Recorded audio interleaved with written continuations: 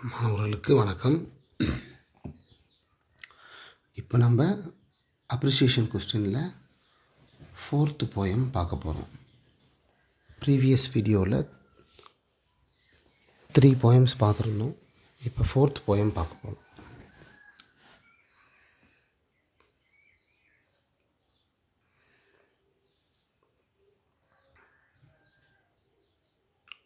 So 4th poem என்ன அப்படின்னா Ulysses. Author name Alfred Tennyson. So இந்த பிக்சரை பாருங்கள். யாரோ ஒரு ராஜா மாதிரி ஒருத்தர் உட்காந்துருக்கிறாரு. அவரை பார்க்குறதுக்கு வயசானவர் மாதிரி இருக்கிறாரு. அப்புறம் ஏதோ கடல் மாதிரி தெரியுது.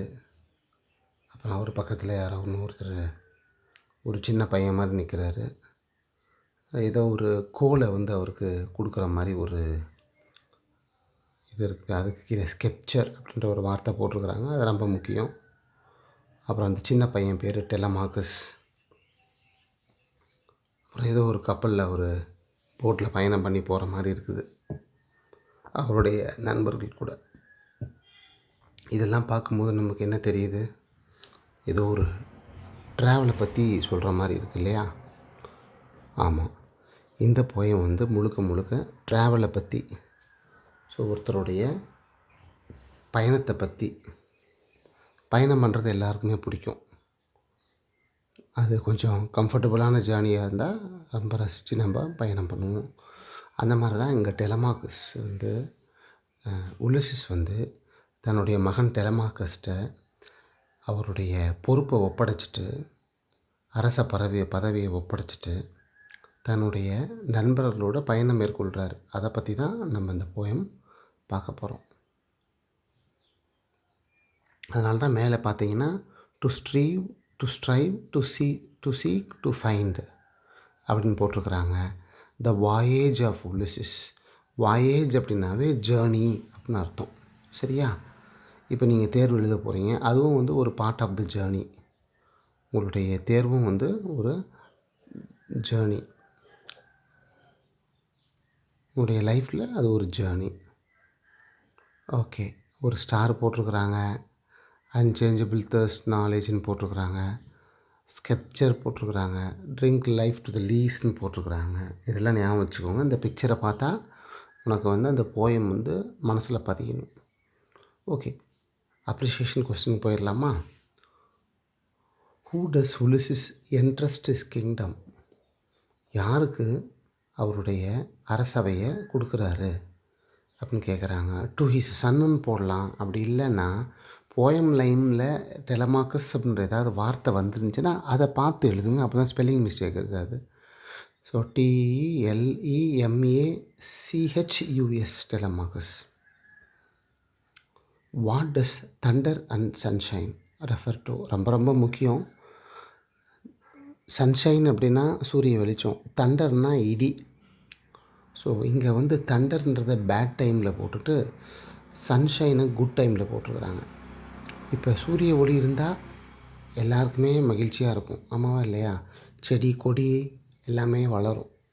நீங்கள் சயின்ஸில் படிச்சிருப்பீங்க.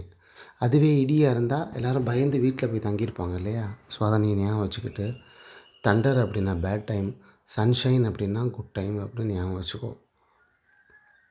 அடுத்தது, வாட் டஸ் ஸ்கெப்சர் சிக்னிஃபை? ஸோ ஒரு செங்கோல், நான் ஏற்கனவே பாடம் நடத்தும்போது சொல்லியிருக்கிறேன். செங்கோல், அந்த செங்கோல் யார்கிட்ட இருக்கும் அப்படின்னா அரசாட்சி செய்கின்ற மனிதர்கள்கிட்ட இருக்கும். So sceptre signifies kingly power. அதை எழுதலாம். What was Ulysses purpose in life? உலிசிஸுடைய பர்பஸ், அவருடைய கருத்து அல்லது அவருடைய நோக்கம் என்ன லைஃப்பில் அப்படின்னு கேட்குறாங்க. இதே கேள்வி இன்னொரு கேள்வியை கேட்குறாங்க. What does Ulysses yearn for?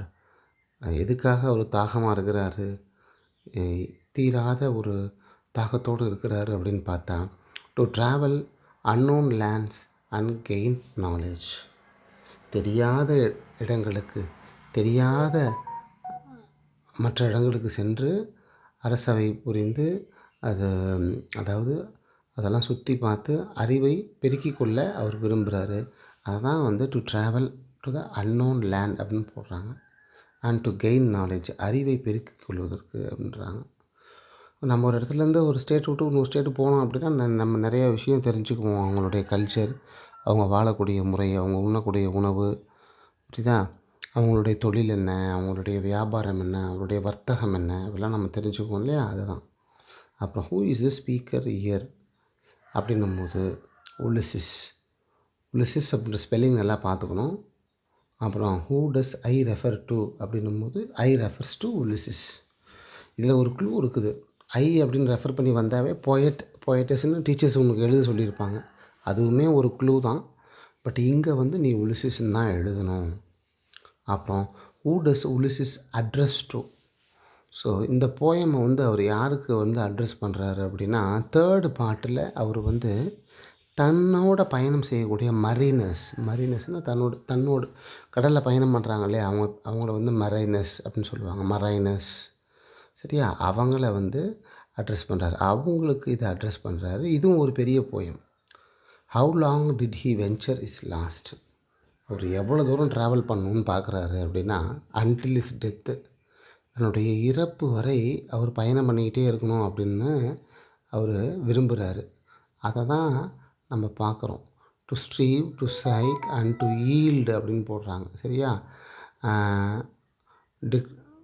இந்த வார்த்தை என்னென்னா, the final line is a powerful declaration of a heroic review against old age and death. வயதானாலும் நான் வந்து பயணம் பண்ணணும் அப்படின்னு நினைக்கிறார் இல்லையா, அதை தான் வந்து இங்கே சொல்கிறாங்க. ஓகேவா? அடுத்தது உலிசிஸில் இருக்கக்கூடிய சில க்ளூ வேர்ட்ஸ் பார்ப்போம். ஸோ உலிசிஸ்னுடைய ஆத்தர் ஆல்ஃபர்ட் டென்னிசன். இப்போ நான் போடுற இந்த வீடியோவை அப்படியே ஹெட்ஃபோன் போட்டு அப்படியே அமைதியாக மனசை ரிலாக்ஸ் பண்ணிக்கிட்டு நீங்கள் காதில் கேட்டிங்கனாவே உங்களுக்கு வந்து எக்ஸாமுக்கு ஒரு அருமையான டிப்பாக இருக்கும். So life to lees, scuttling, unburnished, Telemachus, to strive and to seek, to strive and to seek. இங்கே வந்து ஸ்ட்ரோவ்னு போட்டிருக்கிறாங்க, அது தப்பு. To find, Happy Isles, furrow, Achilles. இந்த வார்த்தைகள் எல்லாமே வந்தது அப்படின்னா உலிசிஸ் போயம்லேருந்து வந்திருக்குன்னு அர்த்தம். Poem Ulysses, poet Alfred Lord Tennyson, சரியா? அடுத்தது இதனுடைய எக்ஸ்ப்ளனேஷன் என்ன அப்படின்னா, Ulysses did not want to take rest. மற்றவங்கள மாதிரி சோம்பேறியாக இருக்க அவருக்கு பிடிக்கல.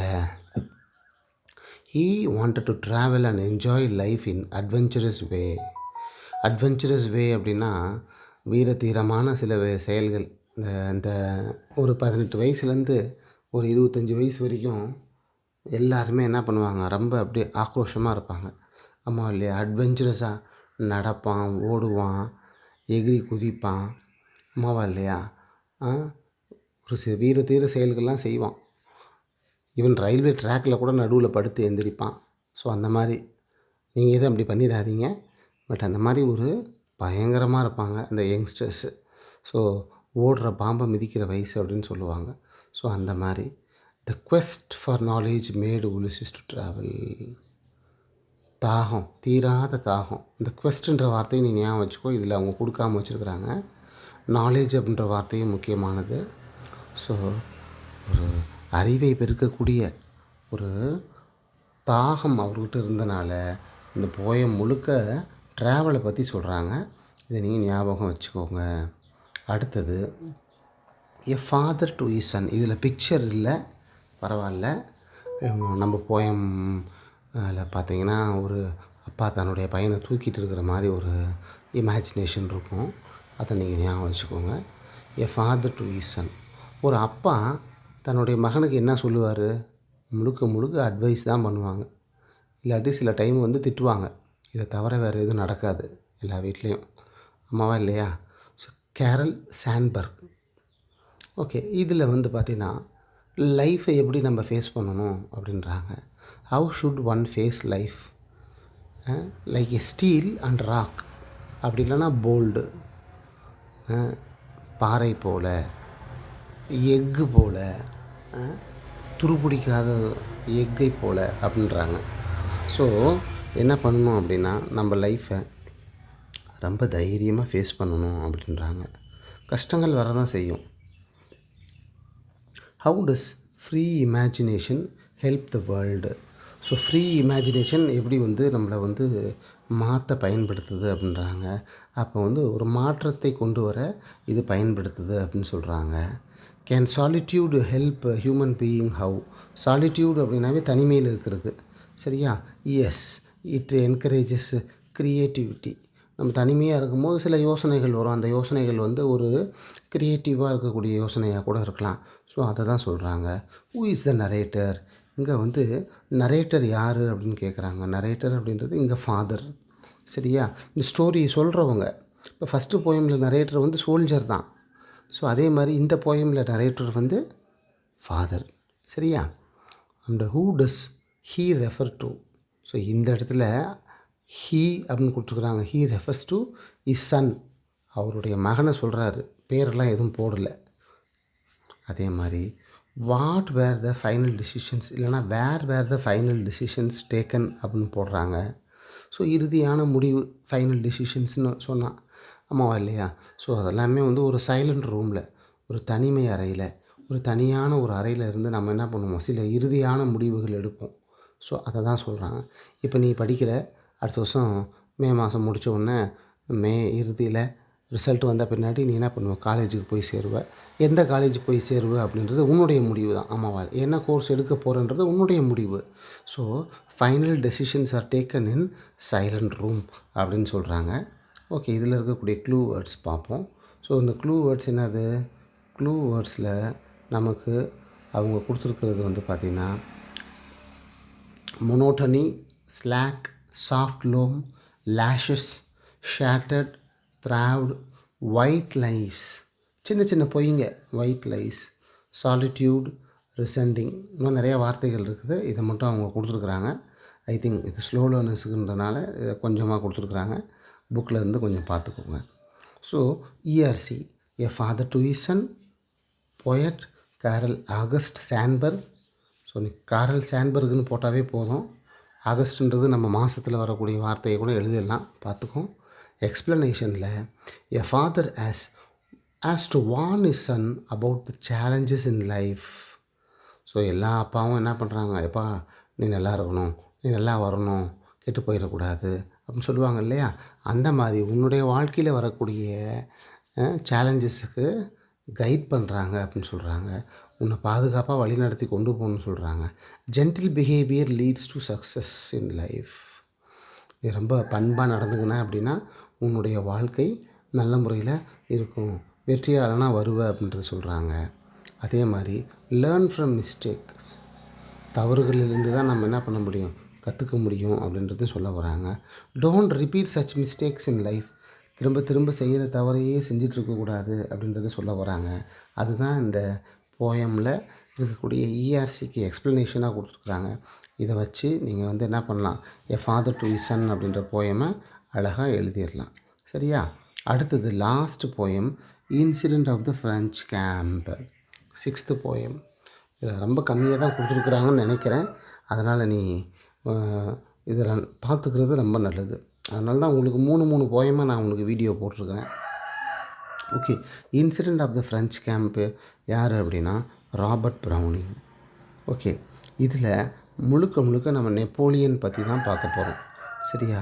Who is the mother eagle or who is the emperor, இல்லைனா ஹூ இஸ் த சீஃப் அப்படின்னு கேட்டாங்கன்னா இதுக்கு எல்லாத்துக்குமே நெப்போலியன் அப்படின்றது தான் ஆன்சரு.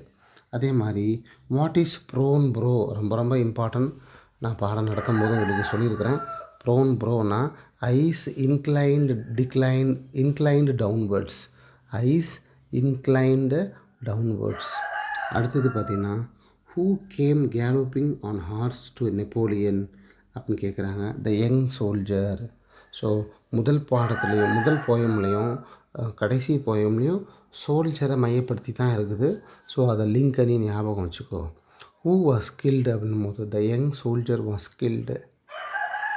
அடுத்தது க்ளூ வேர்ட்ஸில் நம்ம stormed, Ratisbon, fancy, mused, Lannes, bridle, anon, flag bird, perched, sheathes, perished yonder இந்த வார்த்தை எல்லாமே நமக்கு க்ளூவோட போட்டிருக்கிறாங்க. அப்போ இந்த incident of the French camp வந்து எழுதின போயட் வந்து ராபர்ட் ப்ரௌனிங். சரியா? அடுத்தது எக்ஸ்ப்ளனேஷனில் there was a war between French and Austria.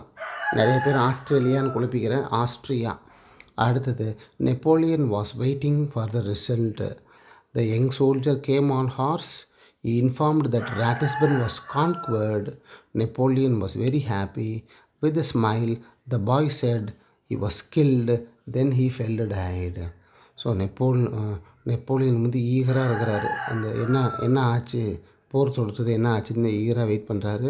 ஒரு சோல்ஜர் வரான், அவன் குதிரையில் உட்காந்து வரான். அவன் வந்து சொல்கிறான், நாம் வின் பண்ணிட்டோம் அப்படின்னு சொல்கிறான். ஆனால் நெப்போலியன் ரொம்ப மகிழ்ச்சியாக இருக்கிறாரு. அதே நேரத்தில் அவர் இறந்து போயிடுறான். அந்த பையன் கீழே விழுந்து இறந்து போயிடுறான். இதை தான் போயிட்டு வந்து நெப்போலியனை மதர் ஈகிளுக்கு ஒப்பிடுவாங்க. அதை பற்றி இங்கே சொல்லலை. So he was very compassionate towards the young soldier like a mother eagle அப்படின்னு சொல்லுவாங்க. அதை நீ ஞாபகம் வச்சுக்கோ. சரியா? இப்போ ஃபஸ்ட்டு கொஸ்டினில் கேட்டிருக்கிறாங்க, மதர் ஈகிள்னு கொடுத்துருக்குறாங்க இல்லையா? ரொம்ப ரொம்ப முக்கியம். So is compared to mother eagle. ஓகேவா? அதே மாதிரி figures of speech, literary devices, poetic எல்லாமே வந்து நான் அடுத்த வீடியோவில் உனக்கு நான் போடுறேன். தேங்க்யூ.